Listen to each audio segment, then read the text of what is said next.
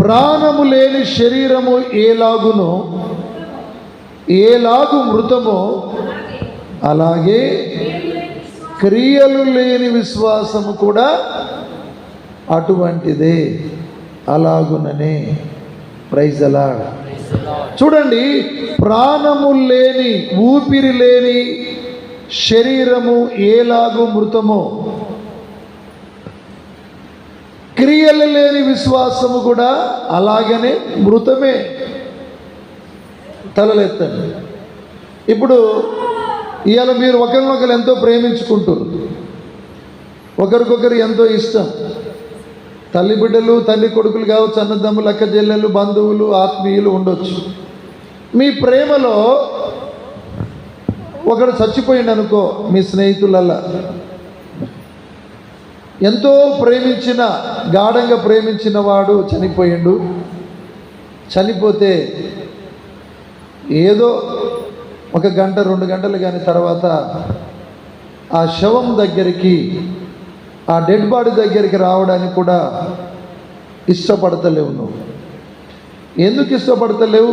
ఆ వ్యక్తే కదా, నువ్వు ప్రేమించిన వ్యక్తే కదా, నువ్వు ఇష్టపడిన వ్యక్తే కదా, మీ బంధువులే కదా, మీ రిలేషనే కదా, పోని నీ ఇంటి వాడే కదా. ఎందుకు నువ్వు అతని దగ్గరికి పోవడానికి వెనకాడుతున్నావు, భయపడుతున్నావు? అంటే అతనిలో ఏమి లేదు?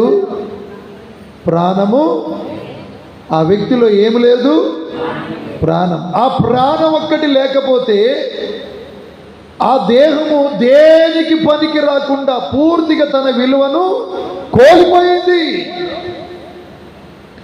అలాగనే మన విశ్వాస జీవితంలో ఎన్నో సంవత్సరాలు ప్రభు నమ్ముకొని నువ్వు క్రైస్తవుడవని, క్రైస్తవురాలని చెప్పుకుంటున్న నీ విశ్వాస జీవితంలో కాస్త నీ మాట, నీ క్రియలు, నీ ప్రవర్తన బాగలేకపోతే ఆ ప్రాణము లేని దేహము ఎంత విలువ తక్కువైపోయిందో, మన విశ్వాసము కూడా తన విలువ పూర్తిగా తగ్గిపోయి ఏం ప్రయోజనం దేవుని నుండి పొందుకోలేము. ఏం ప్రయోజనం లేదు, దేవుని నుండి ఏం పొందుకోలేము. కాబట్టి ఒక్కసారి ఆలోచన చేయండి. కాస్త స్నేహం చేసేటప్పుడు ఆలోచన చేయండి, నేను క్రైస్తవుడును, క్రైస్తవరాలును అని. కాస్త చుట్టాల మార్గం గుండా వెళ్ళినప్పుడు అయ్యో నేను ప్రభువుని నమ్ముకున్నా అన్న ఒక ఆలోచన కలిగి ఉండండి. మీరు విందు వినోదాల్లో పాల్గొన్నప్పుడు కాస్త నువ్వు క్రైస్తవుడవని, క్రైస్తవురాలు అని, నా ద్వారా నా దేవునికి మహిమ దేవాలి, ఏం తినాలో, ఏం దాగాలో, ఎక్కడ ఎగరాలో, ఎక్కడ ఎగరుద్దో, నేను ఏం కట్టుకోవాలో కాస్త వెనక ముందు ఆలోచన కలిగి ఉండడానికి నువ్వు ఈ రోజు నుంచి ప్రయత్నం చేయాలి. నీది క్రియలతో కూడిన విశ్వాసం అయితే దేవుడు నిన్ను బట్టి చాలా సంతోషిస్తాడు. ఇప్పుడు అబ్రహాము ఉన్నాడు. చాలామంది ఏమంటారుగా, అబ్రహాము దేవుని నమ్మెను, అది అతనికి నీతిగా ఎంచబడెను. అంటే ఆయన ఎందుకు, ఎలా నీతిమంతునికి ఎంచబడ్డాడంటే ఆయన దేవుని నమ్మాడని, దేవుని యందు విశ్వాసం ఉంచాడని అది అతనికి నీతిగా ఎంచబడినది. నాకు కూడా నమ్మకం ఉంది, మా అందరికీ నమ్మకం ఉంది, మేము కూడా నీతిమంతులమే అని నువ్వు అనుకోవచ్చు ఒక రకంగా. కానీ అబ్రహామును దేవుడు పిలిచిన తర్వాత 100 సంవత్సరాల తర్వాత కొడుకునిచ్చాడు.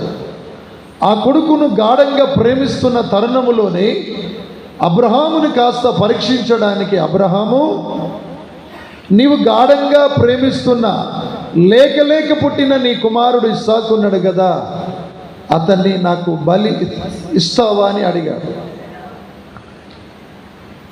నాకు బలిగా ఇస్తావని అడిగాడు, ఇవ్వమని అడిగాడు. అయితే నీవు మోరియా అని కొండ మీదకి తీసుకొని రా, అక్కడ పీఠము కట్టి కట్టెలు పేర్చి నీ కొడుకును నాకు బలిగా అర్పించమని అన్నాడు. అప్పుడు అబ్రహాము దేవుని యొక్క మాటల్లో తండ్రి చిత్తమే అన్నాడు. అది అందరికీ ఉండదు, కానీ ఉండాలే. ఈ రోజున నీ కుటుంబంలో కానీ నీకున్న నాది అనబడే దానిలో ఏదో కోల్పోతున్నప్పుడు నువ్వు దేవుని కూడా లెక్క చేయని పరిస్థితి నీలో ఏర్పడుతుంది. అది దేవుని నామానికి అవమానకరం. దేవుని ప్రేమించు వారి కనుక ఆయన సంకల్పము చొప్పున పిలువబడిన వారికి, ఏర్పరచబడిన వారికి సమస్తము మేలు కలుగుటకే సమకూడి జరుగును అని మనం తెలుసుకోవాలి. మనం అబ్రహాం తెలుసుకున్నాడు, అసలు నాకు సంతానమే లేదు, వంశమే లేదు, ఇక నా లైఫ్ మొత్తము కూడా గొడ్రాలు తనముతో బతకవలసిన తరుణములో శార అనుకుంటున్న సమయంలో ఆమెకున్న ఆ గొడ్రాలు తనం అనే ఆ నింద తొలగిపోవునట్లు దేవుడు కుమారునిచ్చినాడు. ఆమె అనుకుంటుంది, నా నింద అయితే తొలగిపోయింది, నేను ఇప్పుడు గొడ్రాలను కాదు, పిల్లల గల తల్లినే, కానీ నా దేవుడు నా కుమారునిచ్చాడు. మరి ఇప్పుడు అడుగుతున్నాడంటే నా దేవుని యొక్క కార్యము, బైబిల్ తీయకండి, సొలొమోను అంటుండు, దేవుడు చేసిన ప్రతి కార్యము శాశ్వతముగా ఉండునట్లు ఆయన చేశాడని బైబిల్లో రాయబడ్డదన్నారు. దేవుడు ఏ కార్యము చేసినా అది శాశ్వతముగా ఉంటుంది. ఆరోగ్యం ఇచ్చినా శాశ్వతముగా ఉంటుంది. ఇవాళ నొప్పిపోయింది అంటుంది, సాక్ష్యం చెప్తుంది, మళ్ళీ అదే నొప్పి రేపు వస్తుంది అంటుంది. ఏంది అది? నేను ఒక్కటే మాట చెప్తున్నది, ఆలోచన చేయలు. మందిరములో కానీ సంఘములో కానీ ఎప్పుడు ఊగడము కానీ బొరలాడము కానీ ఇటువంటి పరిస్థితి నీకు ఏర్పడుతున్నట్లయితే, సంవత్సరాలు ఇటువంటి బాధను భరిస్తున్నట్లయితే, దేవుడు ఈ రాత్రి కాలం నీతో మాట్లాడుతూ ఉన్నాడు. నేను దేవుని నమ్మానని అంటున్నావు కదా, దయ్యాలు కూడా నమ్ముతున్నాయి. దయ్యానికి నీకు తేడా ఏమిటి?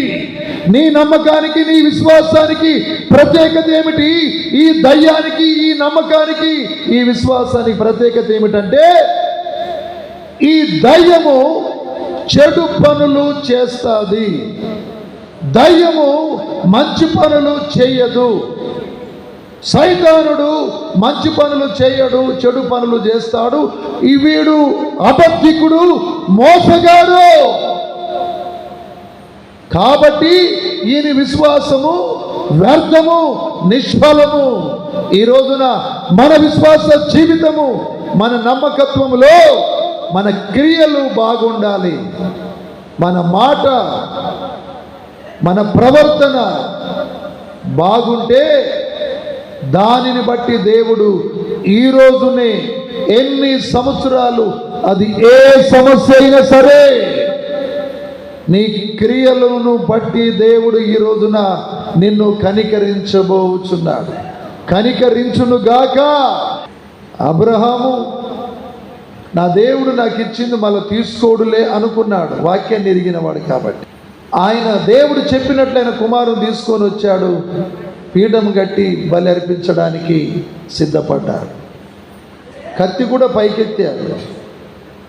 అది చూడండి, అతడు అబ్రహాము దేవుని నమ్మిండు, దేవుని యందు విశ్వాసం ఉంచిండు. అదొకటే కాదు, ఆయన విశ్వాసము క్రియలతో కూడినది. చూడట్టు, విశ్వాసం ఎటువంటిది? క్రియలతో కూడినది. ఆయన వాక్యం చెప్తుండు, ఆయన క్రియలతో కూడిన మాటలని అనలేదు.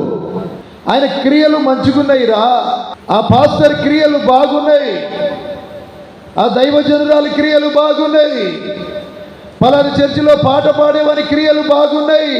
అందుకనే ఆ పాటలో ఒక ఆదరణ, అందుకనే ఆ మాటలో ఒక ధైర్యం. చూడండి ప్రియమైన దేవుని బిడ్డలారా, అబ్రహాం అంట దేవుని స్నేహితుడట. లేలే చెప్తా, అవును, మంచి మరి వాని క్రియలు బాగుంటే వాళ్ళతో స్నేహం చేయడానికి విశ్వాసులు చాలా ఇష్టపడతారు.